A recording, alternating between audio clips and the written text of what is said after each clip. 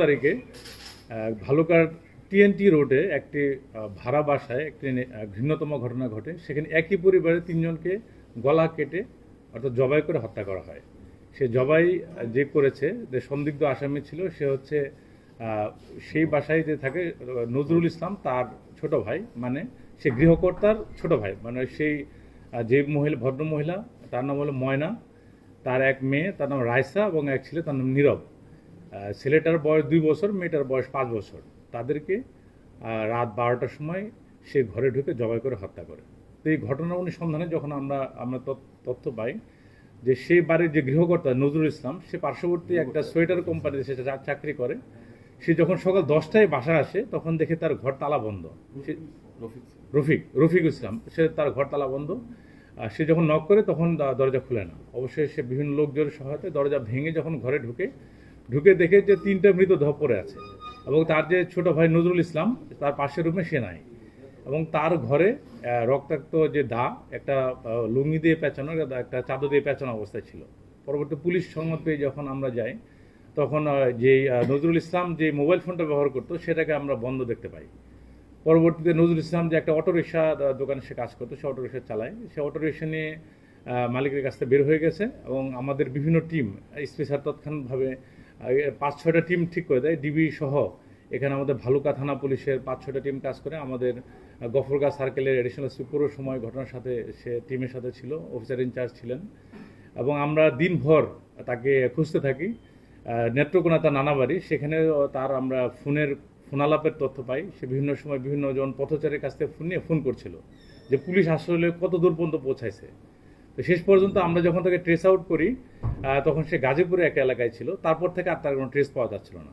তখন আমাদের যে ইন্টেলিজেন্স আছে, আমাদের ম্যানুয়াল ইন্টেলিজেন্স, সেই ইন্টেলিজেন্সের মাধ্যমে অবশেষে তাকে আমরা জয়দেবপুর রেল স্টেশনের প্ল্যাটফর্ম থেকে ওখান থেকে আমরা তাকে ধরি, এবং পরবর্তীতে সেখান থেকে ধরে আমরা থানাতে নিয়ে আসি। তাকে ব্যাপক জিজ্ঞাসাবাদ করা হয়। সে জিজ্ঞাসাবাদে সে জানায় যে মূলত তার আক্রোশের কারণে সে হত্যাকাণ্ডটি করেছে।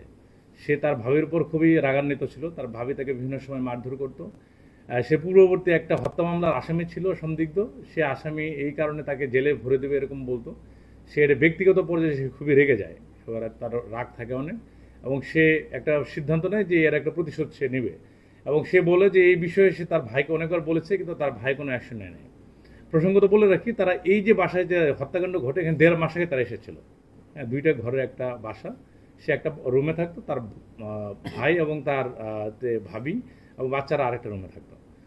যখন অবশেষে আমার দুপুর 12টার সময় সে তার সাথে ঝগড়া করে, তার ভাবির সাথে। তার ভাবি তাকে খেতে দেয় না, মারধর করে।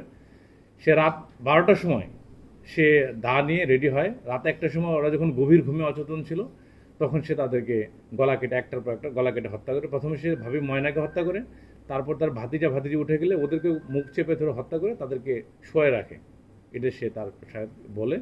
যখন তাকে জিজ্ঞাসাবাদ করা হয় আপনি এটি কেন করেছেন, সে বলছে রাগের কারণে করেছে, এছাড়া অন্য কোনো উদ্দেশ্য ছিল না। তাকে মৃতদেহদের সাথে সে অন্য কোনো খারাপ কাজ করেছে কিনা এই বিষয়ে আমরা জিজ্ঞাসাবাদ করি, কিন্তু অন্য কোনো তথ্য পাওয়া যায়নি। শুধুমাত্র হত্যাকাণ্ডের বিষয়টি আমাদের কাছে প্রমাণিত হয়েছে।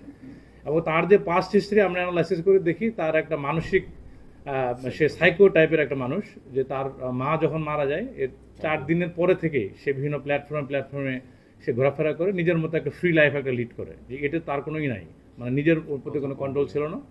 এবং এর আগে সে বিভিন্ন সময় বিভিন্ন অপরাধ করেছে, যেগুলো রিপোর্টেড কেস না, এবং সে খুবই কথা কম বলে। এবং গতকাল তাকে আমরা জিজ্ঞাসাবাদে সে জানে সে 164 করবে। আদালতের কাছে স্বীকারোক্তিমূলক জবানবন্দি সে দিবে। আপাতত আমাদের জন্য ধন্যবাদ।